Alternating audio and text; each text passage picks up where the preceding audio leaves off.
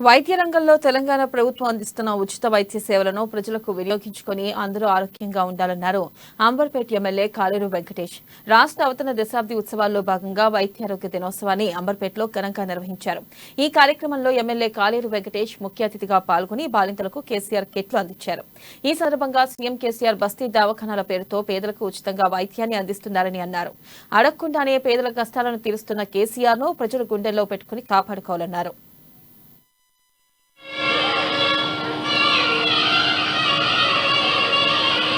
అభివృద్ధి మెడికల్ సీట్లలో, మెడికల్ కాలేజీలలో, నర్సింగ్ కాలేజీలలో చేయడం జరుగుతుంది.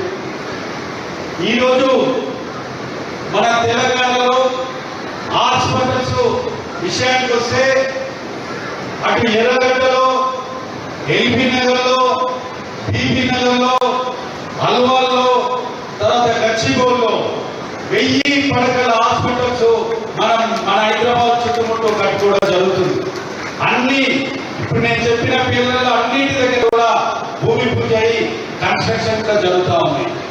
ఈ రోజే మన గౌరవనీయులు ముఖ్యమంత్రి గారు కల్వకుంట్ల చంద్రశేఖరరావు గారి చేతుల మీదుగా 2000